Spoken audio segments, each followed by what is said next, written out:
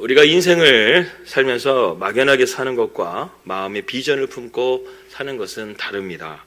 얼핏 보게 되면 별 차이가 없는 것처럼 보이지만 시간이 지나면 남기는 열매가 확연하게 달라지는 것을 보게 됩니다. 비전을 품고 살아가게 되면 언젠가는 그 비전은 반드시 열매를 맺게 되는 것입니다. 그래서 1800년도의 말에 캐나다의 로키 산맥에 두 여행자가 있었습니다. 캐나다 정부 수립이 된 지 얼마 안 됐기 때문에 그런 가운데서 여행을 하다가 캐나다의 그 숲이 참 아름답잖아요. 지나가다가 한 절경을 보게 됐는데 이것을 본 친구가 이렇게 말합니다. 참 대단한 경치다. 이것을 사람들에게 팔 수만 있다고 한다면 미래가 달라질 것이다. 이렇게 생각을 하고 친구에게 말했습니다. 근데 곁에 있는 친구가 이렇게 말합니다. 이 바보 같은 소리 하지 마라. 어떻게 이 자연을 사람들에게 나누어 줄 수 있느냐. 이렇게 얘기하자 반대편에 있던 친구가 이렇게 대답합니다. 그래, 경치는 우리가 옮길 수 없지만 사람은 움직이게 할 수 있지 않느냐. 이렇게 생각을 했던 것이죠. 그리고 나는 반드시 그 일을 행할 것이라고 친구한테 이야기를 했습니다. 그들이 발견한 그 장소가 캐나다의 최대의 관광지였던 밴프라는 지역입니다. 그는 비전만 가지고 있지 않았고요. 그것을 실천에 옮겨서 얼마 뒤 미국으로 건너가서 투자자들을 모아서 밴프라는 지역에 호텔을 세우게 됐는데 1888년도에 밴프 지역에 스프링스 호텔을 세웠는데 궁전 같은 호텔을 지었습니다. 그때 당시만 하더라도 객실만 250개를 지었다고 한다면 얼마나 큰 호텔이겠습니까? 그래서 지금까지 100년이 지난 지금까지도 이 밴프에 있는 스프링스 호텔은 연간 20만 명이 다녀가는 그런 호텔이 되었다는 것이죠. 지금도 1년 전에 예약하지 않으면 투숙하지 못한다고 합니다. 여러분 가시려면 미리 예약하시기 바라겠습니다. 그래서 그렇게 많은 사람, 그렇게 큰 비전을 가지고 이 밴프에 있는 스프링스 호텔이 세워지게 되었다는 이야기죠. 여러분, 이처럼 비전을 가진 사람은요, 보지 못하는 것을 보는 사람입니다. 오늘 베드로전서로 우리가 들어가면서요, 이 베드로는요, 우리에게 어떤 것을 보여주고 있는지, 우리에게 영적인 시야를 넓혀주는 그러한 말씀의 책이라고 할 수 있겠습니다. 그래서 이 베드로전서의 주요 핵심 주제들에 보게 되면, 주제 단어들을 보게 되면 소망이라는 단어가 상당히 많이 나오고 거룩이라는 단어, 또 고난이라는 단어가 상당히 반복돼서 나오는 것을 보게 됩니다. 그중에 가장 많이 나오는 단어가 소망이라는 단어입니다. 왜 이렇게 소망이라는 단어를 이 베드로는 강조했을까요? 사실 이 베드로가 살았던 당시에는 소망이라는 것을 찾아볼 수 없는 상당히 힘든 시기였습니다. 그 당시에 AD 60년경에는 로마의 황제 네로 황제가 통치하던 시기였는데, 이 네로 황제는 역사적으로 보다 미치광이 황제라고 되어져 있습니다. 그래서 이 네로 황제가 자기의 그 수도였던 로마라는 도시에다가 불을 질러버립니다. 그리고 그 불질러 버렸는데 그것을 기독교인들에게 전가를 해서 기독교인들을 핍박을 가했던 인물로 평가받고 있습니다. 이러한 박해 가운데서 초대교회가 상당히 극심한 고통과 불안을 안겨주었기 때문에 결국 그들은 예루살렘을 떠나서 오늘 말씀과 같이 흩어진 나그네가 되었다는 것이죠. 흩어진 나그네가 되었다는 것은 어떤 말이냐면 고난과 핍박이 너무 심해서 나라를 버리고 자기의 삶의 터전을 버리고 이민을 갔다라는 것을 의미하는 것입니다. 이 흩어진 나그네라는 단어를 유대인들은 디아스포라라고 하는데, 이 말은 헬라 말로서 흩어져 살고 있는 유대인들을 지칭하는 말입니다.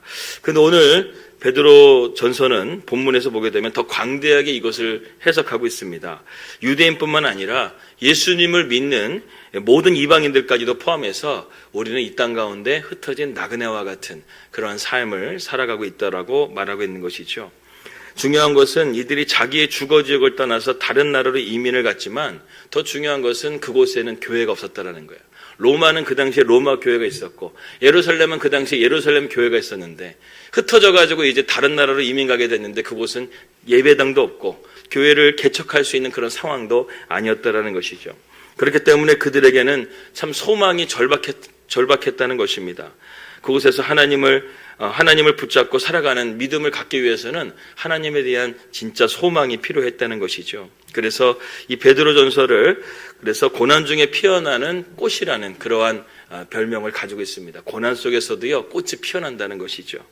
그래서 열악한 환경 속에서도 어떻게 이렇게 예수님의 향기를 피우며 신앙을 개척해 나가는가, 거기에 대한 주제를 가지고 이 베드로 전서가 말씀을 이어가고 있습니다. 겉으로 보기에는 우리는 우리의 세상과 별반 다르지 않죠. 우리도 이 베드로 시대와 마찬가지로 우리의 삶 가운데도 고난이 있고 또 어려움이 있습니다. 그런데 우리가 이러한 어려움 속에서 우리에게 산 소망이 있는데 그것은 어떤 소망이냐면 오늘 베드로가 우리에게 말하고 있지만 하나님의 나라가 우리 안에 있다는 것입니다. 할렐루야. 하나님의 나라가 우리 가운데 있기 때문에 그것은 아무리 네로 왕자가 핍박을 한다 할지라도 아무리 우리의 삶이 척박한 상황이라 할지라도 하나님의 나라가 우리 안에 있게 되게 되면 우리는 고난 속에서도 꽃을 피울 수가 있고 산 소망을 가질 수가 있다는 것입니다. 여러분 안에 하나님의 나라가 있습니까?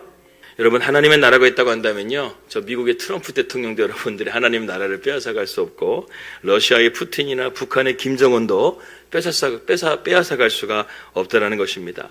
저는 참으로 놀라운 것이 요즘에 발견하게 된 것이 무엇이냐면 이 김정은이의 지금 독재하에서 3대가 지금 북한의 독재 정권을 지금 하고 있잖아요. 그런데 75년이 지났다고 한다면 거의 3대가 이제 지나는 시점이지 않습니까?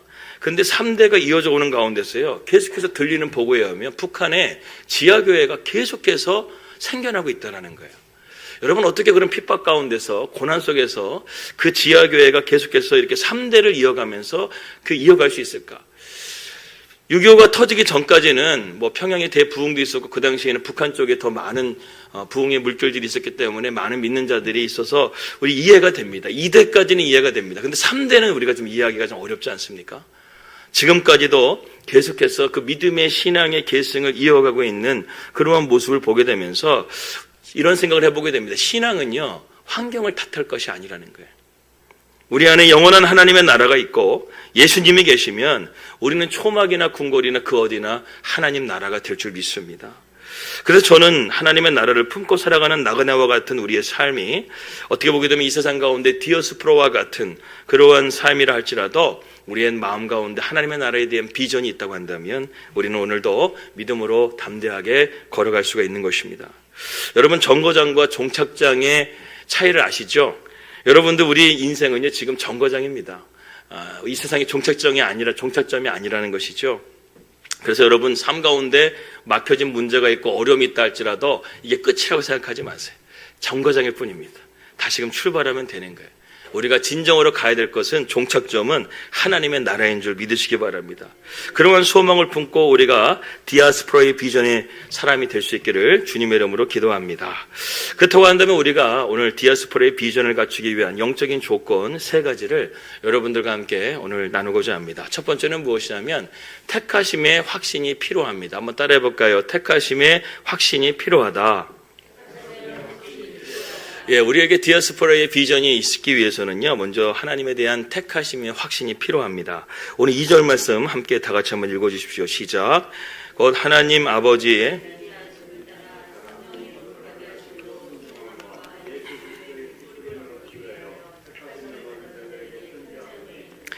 평강이 너희에게 더욱 많을지어다. 오늘 1절 말씀 보게 되면 너희들은 흩어진 나그네라고 말했는데 2절 보게 되면 하나님의 택하심을 입은 자들이라고 말을 합니다. 택하심을 입은 자들의 말의 의미는 어떤 의미일까요? 이것은 우리의 존재가 우발적인 존재가 아니라 하나님의 주목을 받고 있는 그러한 특별한 존재라는 것입니다. 여러분들은 다 You are special.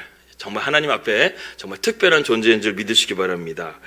그래서 여러분 하나님의 계획 가운데서 주어진 인생은요, 하나님께서 오늘 말씀과 같이 택하여 주시는 인생이 된다는 것이죠.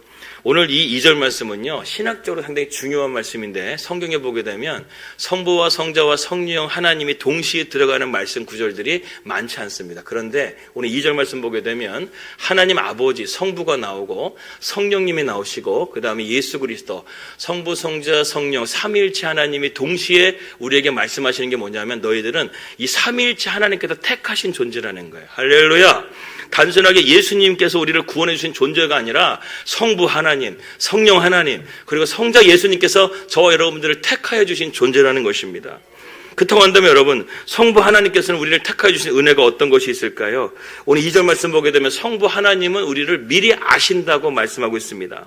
미리 아신다라는 단어는 우리에게 하나님은 전지하시다라는 것이죠. 하나님은 모르시는 것이 없습니다. 하나님은 과거와 현재와 미래를 동시에 보실 수가 있으시고 또한 우리를 항상 우리의 길을 완전한 길로 인도하시는 분이 바로 우리 하나님이시라는 것이죠.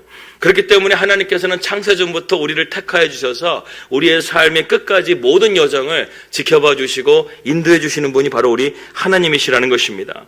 그래서 어떤 신학자는요, 하나님은 우리의 스토커다 이렇게 말씀하는 사람 막 이렇게 얘기하기도 합니다. 하나님 우리의 스토커라는 거예요.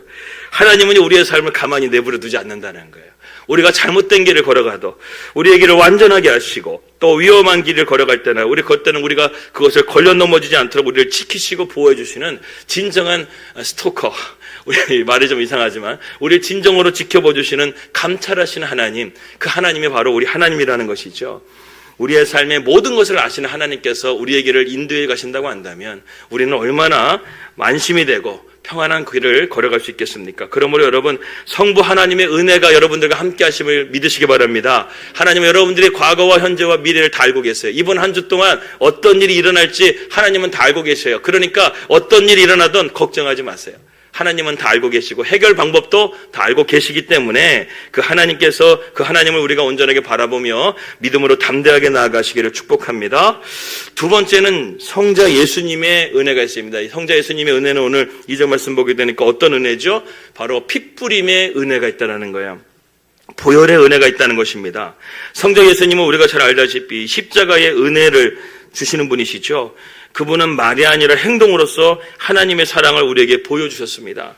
이 십자가 때문에 우리 모두는 구원받은 하나님의 자녀가 된 줄을 믿습니다. 그 다음에 세 번째는 무엇이냐면 성령 하나님의 거룩해 하심에 대한 은혜가 있다는 것이죠. 여러분, 성령은 우리를 거룩해 하시는 은혜를 주십니다. 그래서 우리를 변화시키시고 하나님을 닮은 존재로 오늘도 우리를 만들어 가신다는 것이죠. 따라서 하나님의 택하심은요, 성자 예수님 혼자 하신 일이 아니라 이처럼 우리를 성삼위일체, 성부와 성자와 성령 하나님의 이 협력과 도우심을 통해서 우리의 삶이 오늘도 하나님 안에 완전한 존재로 세워져 감을 여러분 믿으시기를 주님의 이름으로 기도합니다. 그렇기 때문에 우리의 삶 가운데 이러한 진정한 소망을, 비전을, 하나님의 나라에 대한 비전을 가질 수가 있다는 것이죠. 왜? 우리가 하나님의 나라의 비전을 갖는 것이 아니라 하나님 우리에게 주신 것이고 그것을 이루기 위해서 우리의 삶을 이렇게 아시고 택하시고 예수의 보혈의 은혜로 우리를 붙들어 주신다는 것입니다. 그리고 두 번째로 우리가 하나님의 나라에 대한 비전을 갖기 위해서는 두 번째로 무엇이 필요하냐면 산소망의 능력이 필요합니다. 한번 따라해 볼까요? 산소망의 능력이 필요하다. 두 번째로 디아스포라의 비전은 바로 산소망의 능력이 있다고 오늘 베드로 사도는 우리에게 말합니다. 오늘 3절 말씀을 한번 다 같이 읽겠습니다. 시작. 우리 주 예수 그리스도의 아버지 하나님을 찬송하리로다. 그의 많으신 긍휼대로 예수 그리스도를 죽은 자 가운데서 부활하게 하심으로 말미암아 우리를 거듭나게 하사 산소망이 있게 하시며. 오늘 이 베드로는 3절을 시작하면서 첫 번째로 뭐라고 말하죠? 찬송하자라고 합니다. 사실 흩어진 나그네가 된 지금 이스라엘 초대교회 성도들의 입장에서 본다고 한다면 이 찬송이 나올까요? 찬송이 쉽지 않게 나옵니다. 당장 내일 먹고 살 걱정부터 앞서지 않겠습니까? 삶의 터전을 다 잃어버리고 이제 새로운 미지의 땅으로 가게 됐는데 지금 찬송이 나올까요? 그리고 로마의 위협은 계속해서 곳곳에 도사리고 있는데 하나님 앞에 찬송이 나올까요? 그런데 베드로는 뭐라고 말합니까? 찬송하자고 하는 거예요. 거기에는 이유가 있습니다. 바로 부활하신 예수 그리스도로 말미암아 우리에게 무엇이 있다고요? 산소망이 있기 때문에. 산소망이 있기 때문에 우리가 하나님 찬송하자고 말합니다. 여러분, 우리 모두에게는 하나님에 대한 산소망이 있는 줄 믿으시기 바랍니다. 이것이야말로 어떤 고난 속에서 우리를 일어서게 하는 강력한 인생으로 나가게 한다는 것이죠. 베드로전서가 쓰여지는 시대는 환경적인 어려움이 보통 있었던 것이 아니었습니다. 그러나 그들이 이러한 절망 가운데서도 극복할 수 있었던 것은 희망의 신 예수 그리스도가 참된 소망이 되셨기 때문에 그렇다는 것이죠. 저는 가끔가다 우리 집사님들 보게 되면 참 은혜가 되는 말이 하나 있어요. 뭐냐면 되게 힘들고 어려운 상황 가운데서도 항상 하시는 말이 뭐냐면 은혜로 살지요 이렇게 말씀하실 때가 있어요. 은혜로 살지요. 은혜 아니면 못 살아요. 이렇게 말씀하시면서 말씀하시는 분들이 있습니다. 여러분, 그렇죠. 그 은혜가 무엇입니까? 세상적인 것이 은혜인가요? 아니죠.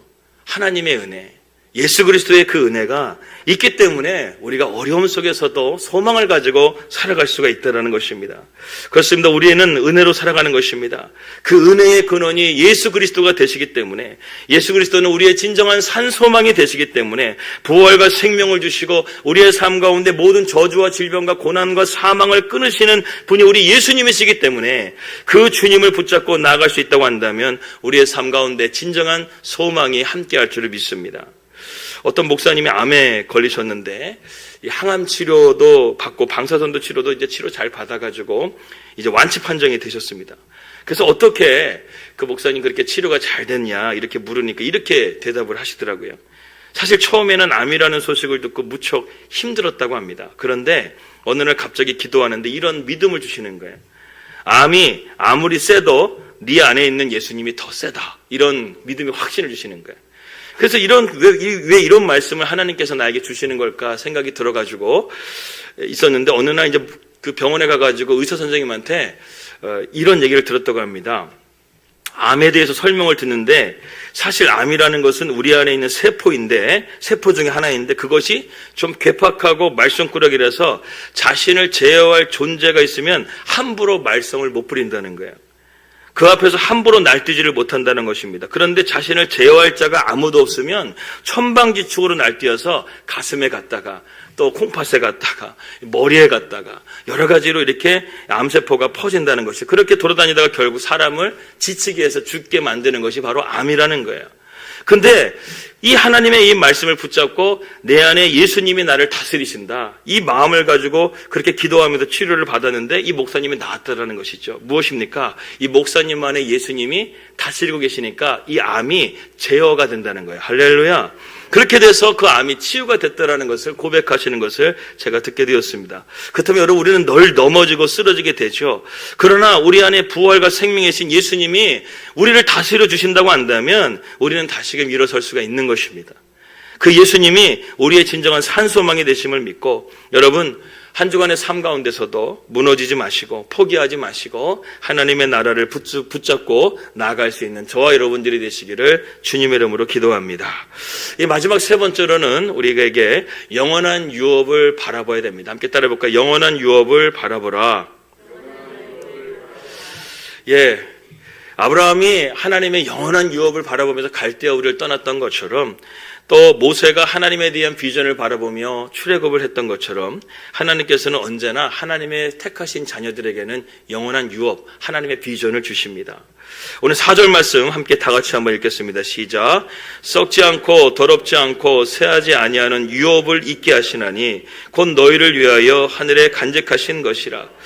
여기서 하나님께서는 우리를 위해서 하늘에 준비하신 엄청난 유업이 있다고 하는데, 그 유업은요 썩지도 않고 또 새하지도 아니하는 유업을 우리에게 있게 하신다고 말씀합니다. 그것을 우리를 위해서 지금 하늘에 간직해 두었다라는 것이죠. 할렐루야.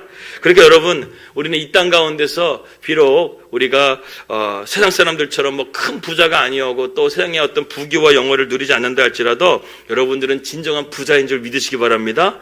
우리에게 썩지 아니하고 새하지 아니하는 유업을 하나님이 고이 간직하고 기다리고 계신다는 거예요.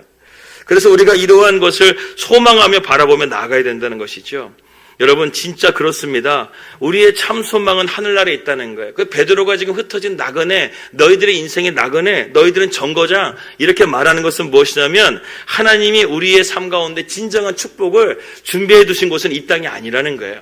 하나님 나라의 진정한 축복을 우리에게 준비하고 계시기 때문에 우리가 그런 유업을 바라보며 나갈 수 있다고 한다면 우리는 세상 가운데서도 흔들리지 않고 믿음의 길을 담대하게 걸어갈 수가 있게 된다는 것입니다. 오늘 우리가 정말로 예수 그리스도를 나의 구주로 영접하고 부활의 소망을 가지고 살아갈 수 있다고 한다면 오늘 저와 여러분들에겐 복음만큼 소중한 것은 없는 것이죠. 그 복음을 증거하고 그 복음을 사모하며 나아가는 자들에게는 하늘나라에 영원한 상급이 준비되어 있는 줄 믿으시기 바랍니다. 이 존 맥스웰의 그 목사님의 책에 나오는 한 예화를 말씀드리고 이제 말씀을 정리해보고자 합니다. 어느 지역에서요 세일즈맨 컨테스트가 열렸다고 합니다.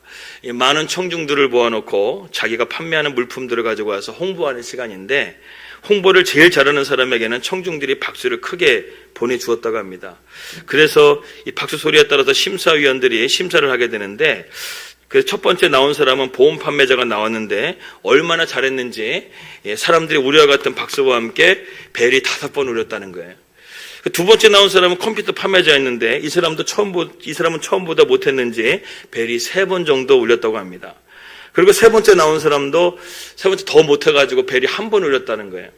마지막 4번째 등장한 사람이 이제 단상에 올라가 보니까 수많은 사람들이 모여 있었다고 합니다.